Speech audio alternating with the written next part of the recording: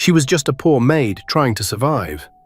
Every day, she cleaned the floors, washed the dishes, and did everything her madam asked. But behind closed doors, she was secretly filming her madam's husband. No one knew what she was doing. No one suspected anything. But when the truth finally came out, the entire family was shattered. Who was this maid? Why was she filming? And what did she capture that destroyed everything? Sit back and find out as we dive into this shocking story. The phone slipped from Amaka's trembling hands and clattered onto the marble floor. What was that? Mr. John's voice boomed from inside the master bedroom. Amaka's heart stopped. Her entire body froze. The small recording phone lay face up on the hallway floor, its red recording light blinking like an accusation. Through the half-open bedroom door, she could see Mr. John sitting on the bed with that woman in the red dress.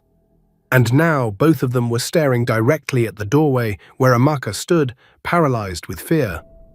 "Who's there?" the woman shrieked, pulling the bedsheet around herself. Time seemed to slow down. Amaka's mind screamed at her to run, to move, to do something, but her legs wouldn't obey. Mr. John's face transformed from confusion to recognition, then to pure rage. He jumped off the bed and stormed toward the door. "You!" he roared, yanking the door fully open. His eyes fell on the phone on the floor, its camera still recording. "You've been spying on me," Amaka finally found her voice, though it came out as barely a whisper. "Sir, I can explain." "Explain?" Mr. John's hand shot out and grabbed her wrist with crushing force. "You've been recording me? How long? How long have you been doing this?" Tears started streaming down Amaka's face, not from the pain in her wrist, but from the realization that everything was crumbling. Everything she had risked, everything she had planned. It was all falling apart in this single moment. The woman in red appeared behind Mr. John, now wrapped in his shirt. Her eyes were cold and calculating. "Chief, this maid has been spying on you. She's been recording us." Mr. John bent down and snatched the phone from the floor. His face went pale as he saw the screen. The recording time showed 43 minutes. His fingers fumbled as he stopped the recording and started scrolling through the phone's gallery. Video after video after video. His hand began to shake. "How many?" he whispered, his voice dangerous. "How many videos do you have?" Amaka couldn't speak. She could only watch as he counted, his face growing redder with each file he discovered. 27, he finally said, his voice trembling with barely controlled fury. 27 videos. He looked up at her, and for the first time in 2 years of working for him, Amaka saw genuine hatred in his eyes. "Why? Why are you doing this?" This was the moment Amaka had dreaded but also, strangely, prepared for. She took a shaky breath and decided to tell him the truth. Not the truth he expected, but the real truth. "Because I love you." The words hung in the air like a bomb that hadn't yet exploded. Mr. John's grip on her wrist loosened slightly. "What?" The woman in red laughed, a harsh, mocking sound. "This poor maid loves you." "Chief, this is ridiculous." But Amaka kept her eyes fixed on Mr. John's face. "I've loved you since the first month I started working here. I watched you every day, how kind you were, how gentle, how different from your wife who treated me like trash. I thought if I could gather evidence of your affair, if I could show your wife what kind of man you really are, maybe you would divorce her, maybe you would notice me." The silence that followed was deafening. Mr. John stared at her like she had grown a second head. Then he started laughing. It was a bitter, incredulous laugh that made Amaka's heart sink even further. "You thought I would divorce my wife for you?" He released her wrist and stepped back, still laughing. "You? A maid? Do you have any idea how insane that sounds?" The woman in red had stopped laughing. She was now looking at Amaka with something that might have been pity. "Girl, what were you thinking?" Amaka's tears fell harder now. "I wasn't thinking. I was feeling. Every day I watched you with her, and every night I heard you two fighting. I saw how miserable you were. I thought maybe what?" Mr. John's voice turned cold. "That I would leave my wife, my social standing, my reputation, for my housemaid. Are you completely delusional? Before Amaka could respond, another voice cut through the tension. Well, this is interesting. All three of them spun around. Mrs. Elizabeth stood at the top of the staircase, her designer handbag still on her shoulder. Her face was unreadable, not angry, not sad, just eerily calm. Elizabeth. Mr. John's face went from red to white. What are you doing here? I thought you were at the hotel. The party was boring, so I left early. Mrs. Elizabeth walked slowly down the hallway toward them, her heels clicking against the marble. Her eyes moved from her husband to the woman in his shirt, then finally settled on Amaka. But it seems I left too early. I missed quite a show. Elizabeth, let me explain, Mr. John started, but his wife raised her hand. Explain? Oh, I heard the explanation. The walls in this house aren't as thick as you think. She stopped in front of Amaka, studying her face. So my maid has been in love with my husband. And she's been recording his affairs, hoping to break up our marriage. Amaka couldn't meet her eyes. The shame was overwhelming. But what Mrs. Elizabeth said next shocked everyone. Give me the phone, Mr. John blinked. What? Give me the phone, Mrs. Elizabeth repeated, holding out her hand, the one with all the videos. Mr. John clutched the phone tighter. Elizabeth, we need to talk about this. Give me the phone. There was steel in her voice now. Reluctantly, Mr. John handed it over. Mrs. Elizabeth took it and spent several minutes scrolling through the videos, her face remaining neutral. Nobody moved. Nobody spoke. The woman in red looked like she wanted to disappear. Finally, Mrs. Elizabeth looked up. Amaka, go to your room. Pack your things. You're leaving tonight. Amaka's heart shattered into a million pieces. Madam, please. I said go. Sobbing, Amaka turned and ran toward her small room at the back of the house. Behind her, she could hear Mr. John trying to talk to his wife, his voice pleading. But Mrs. Elizabeth cut him off. Both of you, get dressed and get out of my sight. We'll talk tomorrow. 2 months earlier, Amaka had arrived at the Adeyemi mansion on a rainy afternoon in June, carrying everything she owned in a small bag. She was 28 years old, but life had aged her beyond her years. Her parents had died when she was young, leaving her to care for 3 younger siblings in their village in Enugu. The only way to survive was to leave them with her aunt and find work in Lagos. Mrs. Elizabeth had interviewed her in the living room, looking her up and down like she was inspecting a piece of furniture. Can you cook? Mrs. Elizabeth had asked, not bothering with pleasantries. Yes, madam. Can you clean? Yes, madam. Can you follow instructions without asking stupid questions? Yes, madam. Mrs. Elizabeth had sighed. Fine. You'll work 6 days a week, Sundays off, 25,000 naira per month. Room and food provided. Don't steal, don't gossip, and don't bother me unless I call for you. Understood? Yes, madam. Thank you, madam. That first month was hell. Mrs. Elizabeth found fault with everything Amaka did. The floors weren't clean enough. The food was too salty. The clothes weren't ironed properly. Once, she had thrown a plate on the floor deliberately and made Amaka clean it up, while her friends watched and laughed. But Mr. John was different. On Amaka's 3rd day, she had been struggling to carry a heavy bucket of water when he appeared.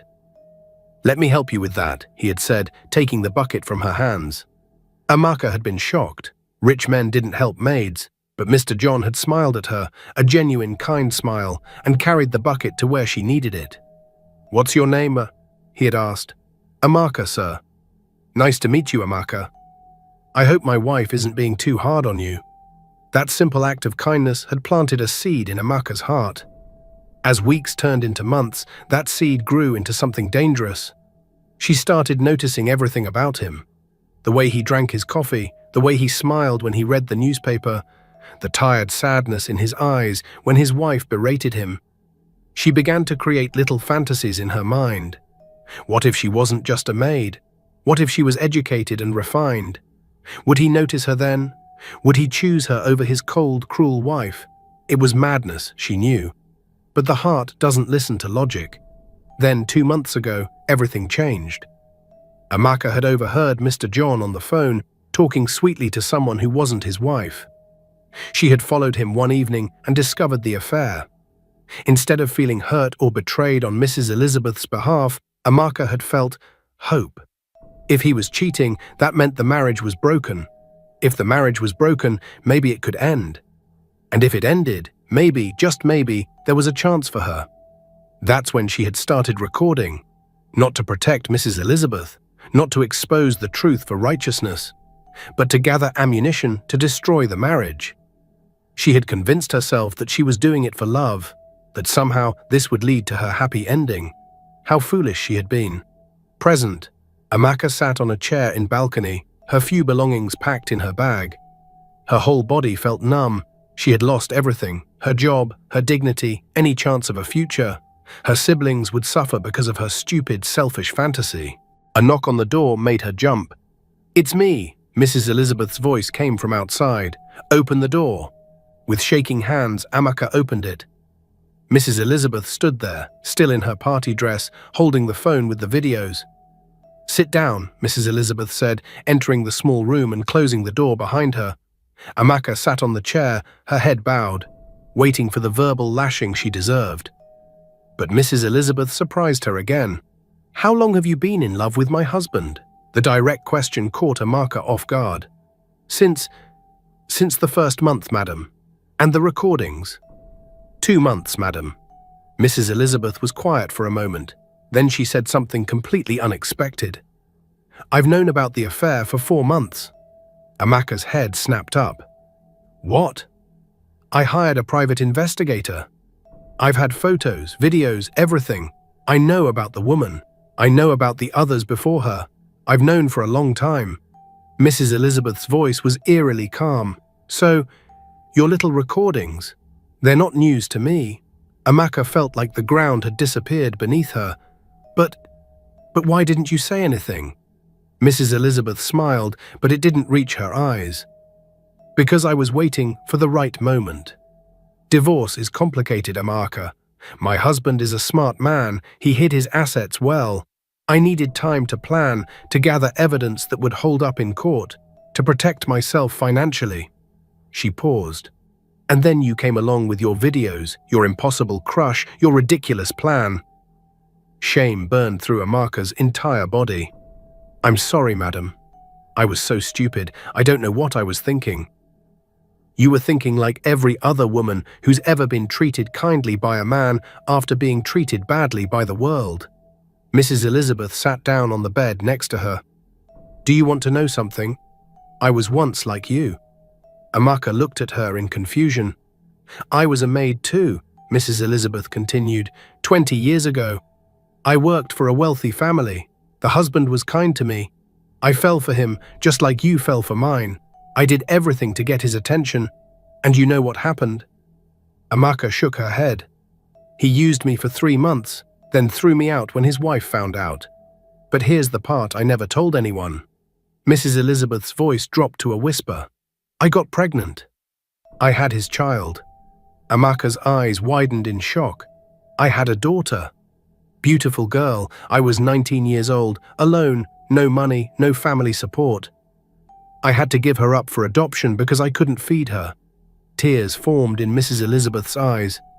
"I spent the next 5 years clawing my way back up. I educated myself. I learned to be smart, to be strategic.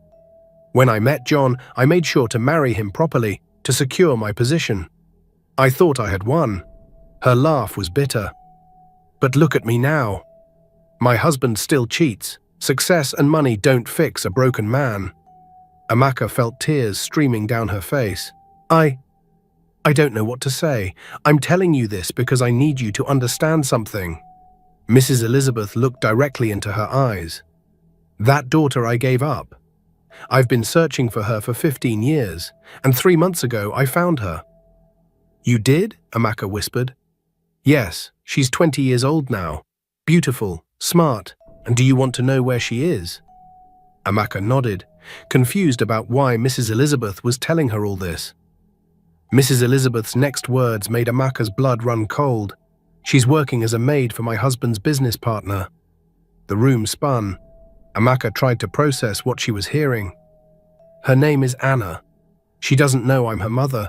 She doesn't know I've been watching over her, making sure she's okay." Mrs. Elizabeth's voice hardened, and last week I found out that my husband's business partner has been touching her inappropriately, just like what happened to me. Oh God, Amaka breathed. So you see, Amaka, this isn't just about my marriage anymore. This is about stopping a cycle. These men, they think they can do whatever they want to girls like us. Girls with no power, no voice, no protection. Mrs. Elizabeth stood up, her entire demeanor changing from vulnerable to fierce. I need your help, not to destroy my marriage, but to destroy them both. Both? Amaka asked, confused. My husband and his business partner. They've been covering for each other's affairs for years. They have a system, they loan each other money to hide expenses from their wives. They give each other alibis. Mrs. Elizabeth pulled out a folder from her handbag. I need evidence on both of them. Your videos can bring down my husband, but I need you to help me get evidence on his partner too, to save my daughter. Amaka's mind was reeling. This was so much bigger than she had imagined. How can I help? The business partner is Chief Patrick. He throws a party at his house every month. Exclusive party, very private. That's where he does things to his maids. Mrs. Elizabeth's voice shook with rage. My daughter will be serving at the next party in 2 weeks. I need someone on the inside, someone who can record what happens, someone he won't recognize. You want me to go to this party? As a temporary server, I can arrange it. You'll go in, record everything you can and get out. Mrs. Elizabeth grabbed Amaka's hands. Please, I can't do this alone, and I can't let my daughter suffer the way I did. Amaka thought about her own siblings, about how she would do anything to protect them. She looked at Mrs. Elizabeth's desperate face and made a decision. Okay, she said, I'll do it. But what do I tell your husband? He thinks I'm leaving. Mrs. Elizabeth smiled, a real smile this time. Leave that to me. By tomorrow morning, you'll be back in this house, and we'll start planning. The proposition. True to her word, Mrs. Elizabeth had Amaka back in the house by the next morning. She had told Mr. John that firing good maids was difficult, and she needed Amaka to train a replacement first. Mr. John had been suspicious, but eventually agreed, probably relieved to have the drama behind him. Over the next 2 weeks, Amaka and Mrs. Elizabeth planned carefully. Mrs. Elizabeth's contacts got Amaka hired as a temporary server for Chief Patrick's party. She would go in with a special pen camera that looked like a regular pen, but recorded everything. Remember, Mrs. Elizabeth instructed her the night before the party, stay invisible. Serve drinks. Keep your head down, but record everything you can. Every conversation, every inappropriate touch, every face. What if I get caught? Amaka asked, fear creeping into her voice. You won't. These men are too arrogant to notice the help. Mrs. Elizabeth handed her the pen. But if something goes wrong, call me immediately.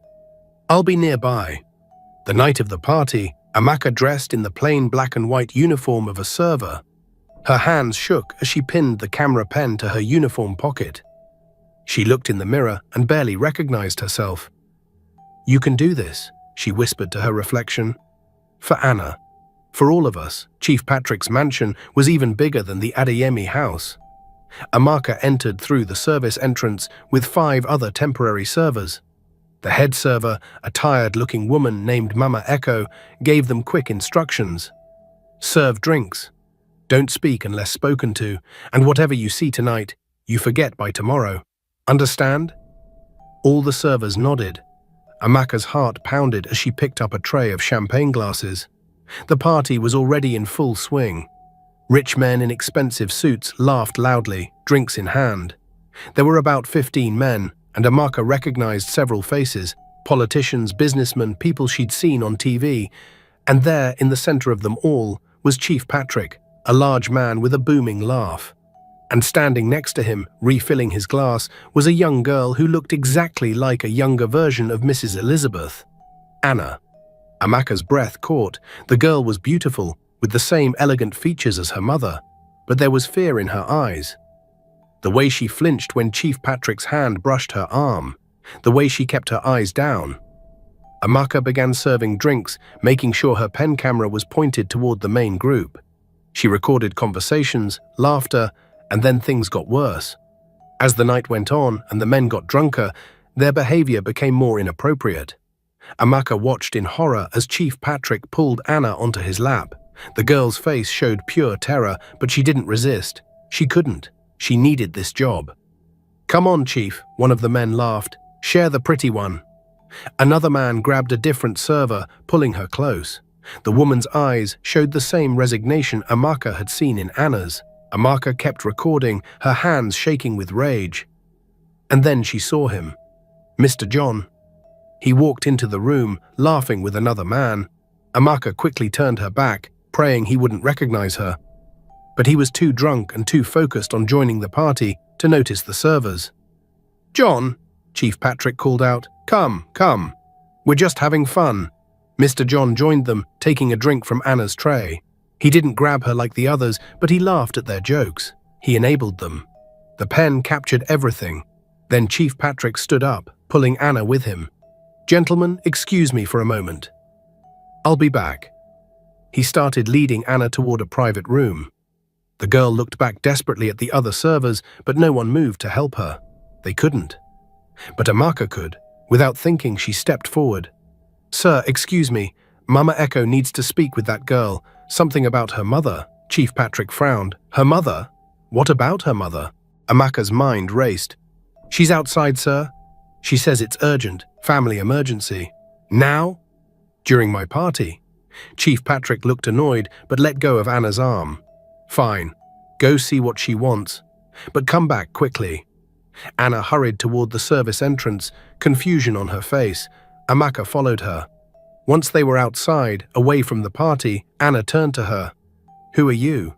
"My mother's not here. She's dead." "I know. I lied to get you away from him." Amaka grabbed her arm gently. "Listen to me. You're in danger. These men, they're going to hurt you." "I know that." Anna's eyes filled with tears. "But what can I do?" "I need this job. I have nowhere else to go." "Yes, you do." A voice came from the shadows. Mrs. Elizabeth stepped into the light. Anna gasped. "Madam Elizabeth? What are you doing here?" Mrs. Elizabeth walked closer, her eyes filled with tears. "Saving you, Anna, like I should have done 20 years ago." "What?" "I don't understand. I'm your mother." The words hung in the air. Anna stared at Mrs. Elizabeth like she'd been struck. "No, my mother is dead. The nuns told me. The nuns lied to protect you, to protect me." Mrs. Elizabeth's tears fell freely now. "I was young, poor, alone. I had to give you up, but I never stopped looking for you, and now I've found you, and I'm not letting you go back in there." But how?" Anna's voice broke. "We'll explain everything. But right now, we need to leave, all of us." Mrs. Elizabeth looked at Amaka. "Did you get everything?" Amaka nodded, touching the pen camera. "Everything." Suddenly, loud voices came from inside. "Where is that girl? Bring her back here. We need to go." Now, Mrs. Elizabeth grabbed Anna's hand, but Anna pulled back. "Wait. There are 4 other girls in there. Young girls like me. We can't just leave them." Amaka and Mrs. Elizabeth exchanged looks. "She's right," Amaka said. "We can't abandon them." Mrs. Elizabeth closed her eyes briefly, then nodded with determination. "Okay, here's what we do." 10 minutes later, Amaka walked back into the party, her heart pounding. She went straight to Mama Echo. "Mama, I need you to listen to me carefully," Amaka whispered urgently. "In 5 minutes, the fire alarm is going to go off. When it does, I need you to get all the young servers out through the back entrance. Don't ask questions. Just do it." Mama Echo looked at her with sharp eyes. "Who are you?" "Someone who's trying to save these girls." "Please, you know what these men do." Mama Echo was silent for a moment, then she nodded slowly. 5 minutes? 5 minutes. Amaka went back to serving drinks, positioning herself near the fire alarm panel. Her hands were sweating. She could see Mr. John laughing with Chief Patrick, completely unaware of what was about to happen. She counted down in her head. 5, 4, 3, 2, 1. She pulled the fire alarm. Immediately, loud sirens blared throughout the mansion. Red lights flashed. The drunk men jumped up in confusion. "What's happening? Is there a fire? Everyone out!" In the chaos, Mama Echo quickly gathered the young servers. "Girls, this way!" Quickly, they rushed toward the service entrance. Amaka followed, making sure everyone got out. As she reached the door, she looked back one more time. Mr. John was staring directly at her. Their eyes met. Recognition flashed across his face, followed by rage. "You!"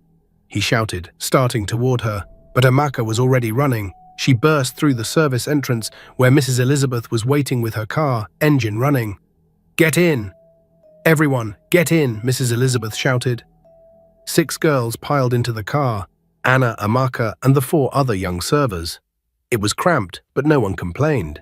Mrs. Elizabeth hit the gas pedal and the car sped away from the mansion. Behind them, they could see men running out of the building, shouting, looking for them, but they were already gone. In the car, everyone was breathing hard, adrenaline pumping. "Where are we going?" one of the girls asked. "Somewhere safe," Mrs. Elizabeth said firmly. "A shelter I help fund. They'll protect you while we figure out next steps."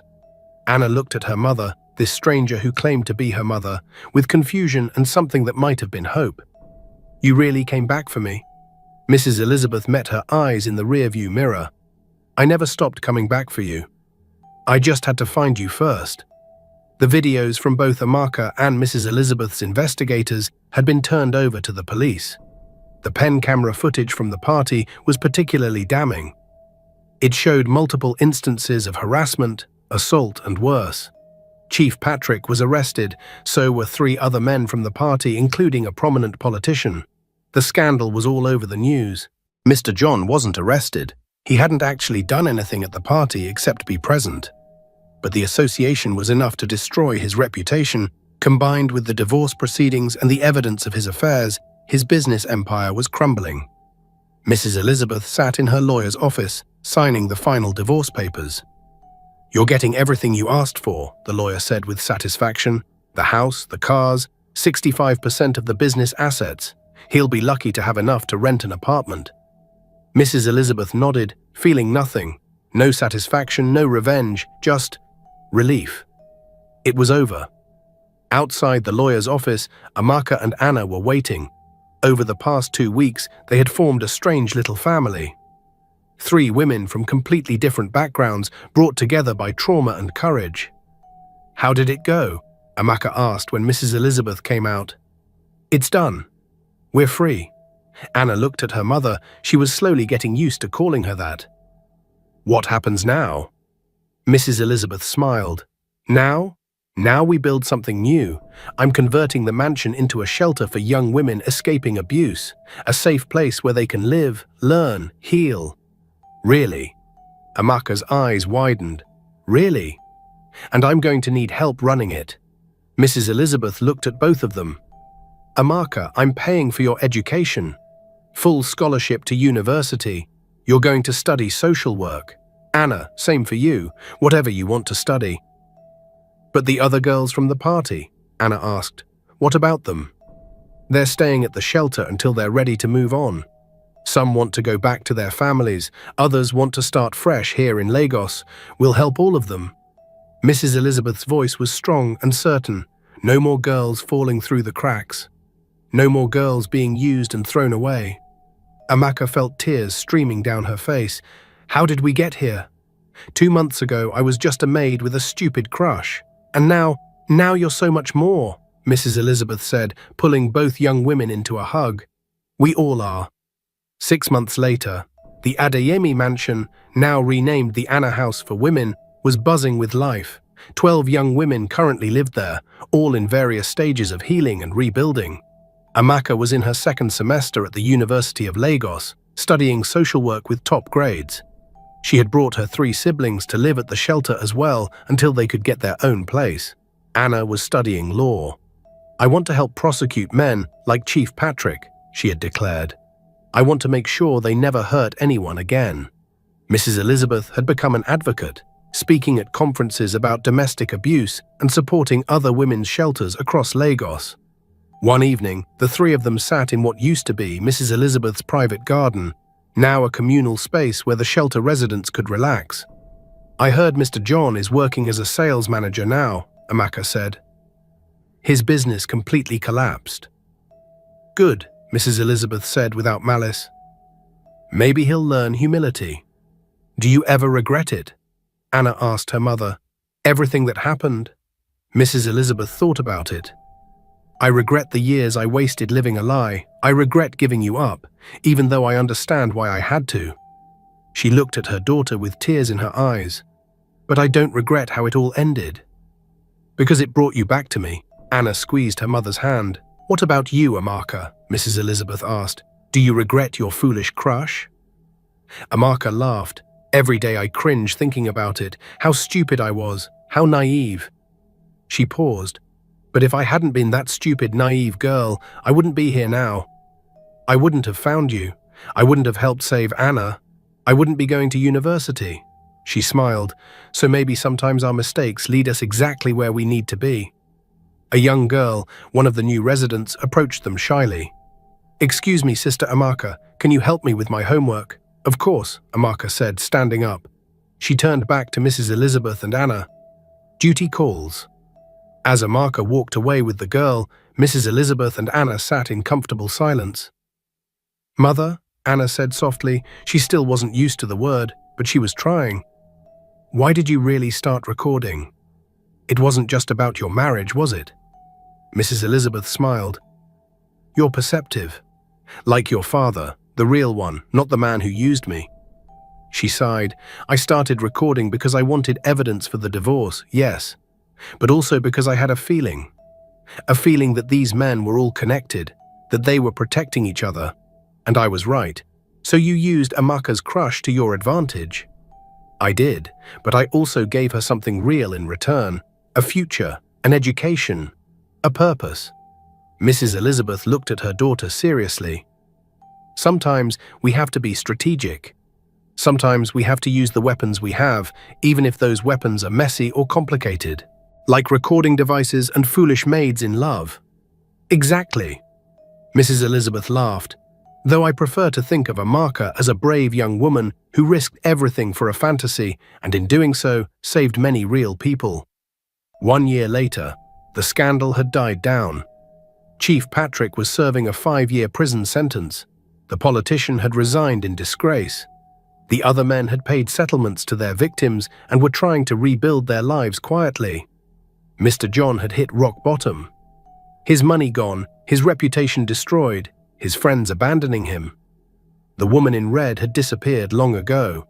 He lived alone in a 1-bedroom apartment, working a job he hated, eating cheap food, wondering how his life had fallen apart so completely. One afternoon, he saw them, his ex-wife Anna and Amaka, walking through a shopping mall. They were laughing, carrying shopping bags, looking happy and free. He stood frozen, watching them.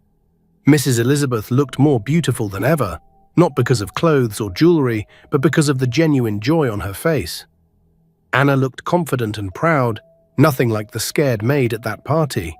And Amaka looked like a completely different person, dressed like a university student, walking with her head high. For a moment, Mr. John felt a deep, aching regret, not for losing the money or the house, but for never appreciating what he had, for being the kind of man who used people instead of valuing them. They didn't see him.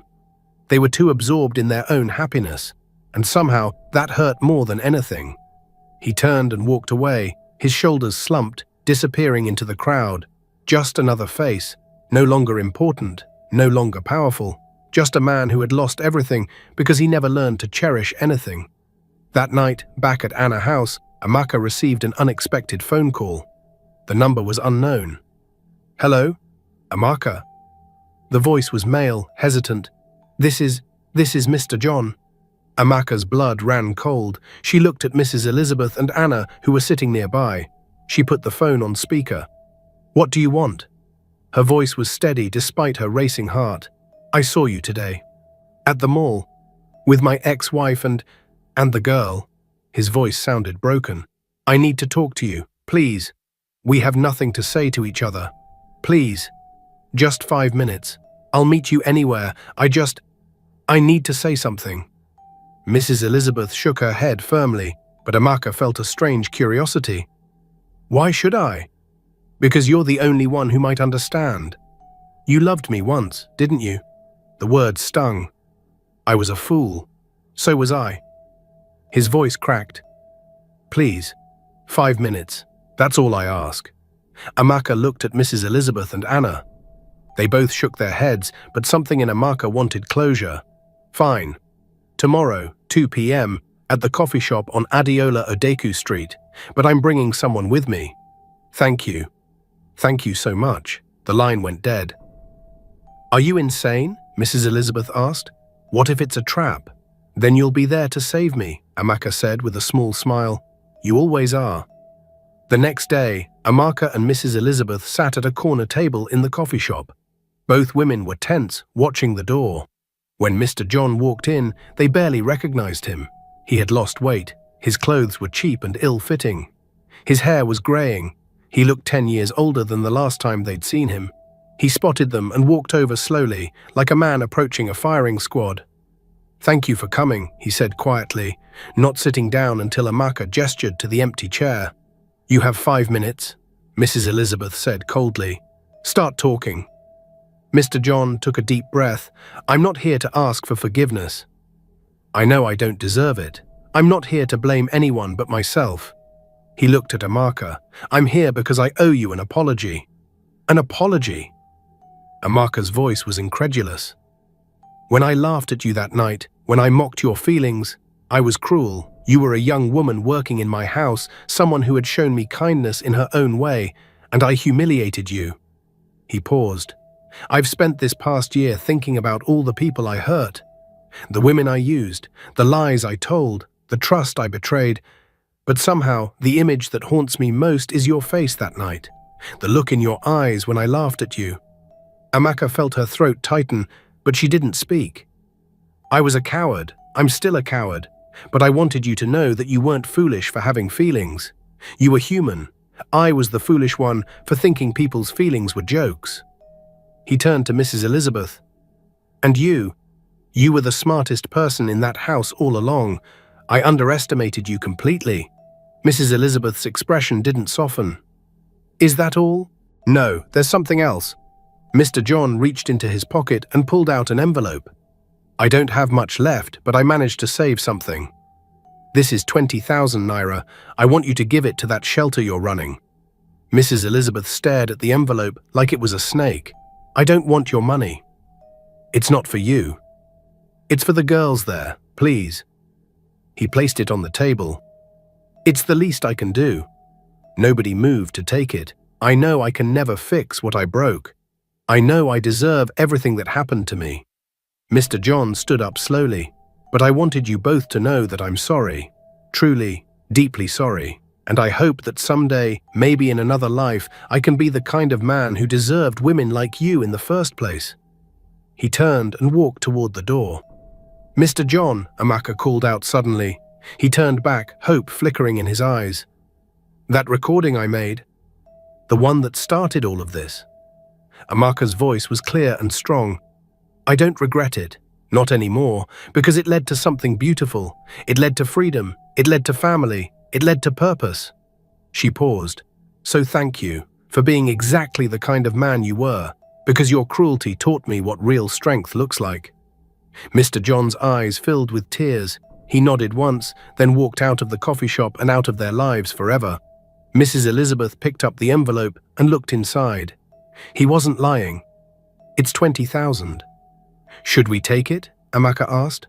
Mrs. Elizabeth thought for a moment, then smiled. Yes, we'll take it. We'll use it to help those girls. Because this isn't about him anymore. It's about them, about us, about building something better. She handed the envelope to Amaka. You know what the best revenge is? What? Living well, being happy, helping others, creating something meaningful from the ashes of something broken. Mrs. Elizabeth raised her coffee cup. To us, to the women who refused to stay broken. Amaka clinked her cup against Mrs. Elizabeth's. To us. And to all the women who'll come after us. 3 years later, Anna House had expanded. What started as one shelter was now 3 locations across Lagos, helping hundreds of young women every year. Amaka had graduated with honors and was now the shelter's full-time social worker and counselor. Her siblings were all in good schools, thriving and happy. Anna had finished law school and was working with a firm that specialized in women's rights cases. She had successfully prosecuted 5 cases of abuse and harassment. Mrs. Elizabeth had become a national advocate for women's rights, speaking at international conferences and advising the government on policy changes. The 3 of them still lived together in the original mansion-turned-shelter, though they each had their own private quarters now. One evening, they sat in the garden, their favorite spot, watching the sunset. "I got a letter today," Mrs. Elizabeth said, "from a woman in Abuja. She said she heard about what we do here. She wants to start a similar shelter in her city. She asked for our advice." "That's amazing," Anna exclaimed. "We're inspiring others." "It's spreading," Amaka said with wonder. "The movement is spreading." Mrs. Elizabeth looked at both of them with pride. "Do you remember where we started? That chaotic night when everything fell apart?" "How could I forget?" Amaka laughed. "I dropped my phone, got caught recording, confessed my stupid crush." "It wasn't stupid," Mrs. Elizabeth interrupted gently. "It was human. It was real, and somehow that very human moment led to all of this." "I still can't believe I'm your daughter," Anna said, leaning her head on her mother's shoulder. "Sometimes I wake up and think it's all a dream." "It's real, my darling. You're real. We're real. This family we built is real." Mrs. Elizabeth wrapped her arms around both young women. "We're the family that trauma created, but love sustained." A young girl ran up to them, one of the newest residents, barely 16, rescued from an abusive employer just last week. Sister Amaka, I got accepted. I got accepted into the computer training program." Amaka jumped up and hugged her. "That's wonderful. I'm so proud of you." The girl was beaming. "I can really have a future? A real one?" "Yes," Amaka said firmly, tears in her eyes. "You can have whatever future you want. We'll help you build it." As the girl ran off to share her good news with the others, Amaka returned to sit with Mrs. Elizabeth and Anna. "That's why we do this," Mrs. Elizabeth said softly. That look on her face, that hope, that possibility. "From being a maid with a secret recording to this," Amaka mused. "If someone had told me 3 years ago that my life would turn out like this, I would never have believed them." "The universe works in mysterious ways," Anna said. "Sometimes the worst moments lead to the best outcomes. Sometimes the most broken people build the strongest foundations," Mrs. Elizabeth added. They sat in comfortable silence, watching as more girls came out to the garden, laughing and playing.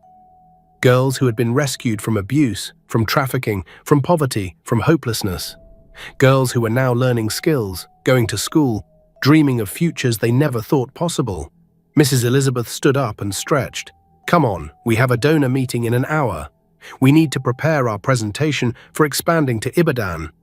As they walked back toward the house together, arms linked, the sun setting behind them cast long shadows. 3 women, 3 different stories, 1 powerful bond. Behind them, the garden filled with the sounds of laughter and hope. The sound of girls who had been invisible finally being seen. Who had been used finally being valued. Who had been broken finally being made whole. And at the center of it all was a Maid's secret recording. A recording that was meant to destroy a marriage, but instead built a movement. A recording that exposed not just one man's betrayal, but an entire system's abuse. Years later, when people would ask Amaka how Anna House started, she would smile and say, "It started with a mistake, grew through pain, and blossomed into purpose. Just like all of us." And that was the truth. If this story touched your heart, type hope in the comments below. Let's build a chain of hope together, just like Amaka, Elizabeth, and Anna did. And if you believe every woman deserves a second chance, drop your city name. Let's see how far this message travels across the world. Don't forget to subscribe to Roots of the African Tales for more stories that inspire, empower, and remind us that our greatest struggles can become our most powerful transformations. Hit that notification bell, because every story here has the power to change a life, maybe even yours.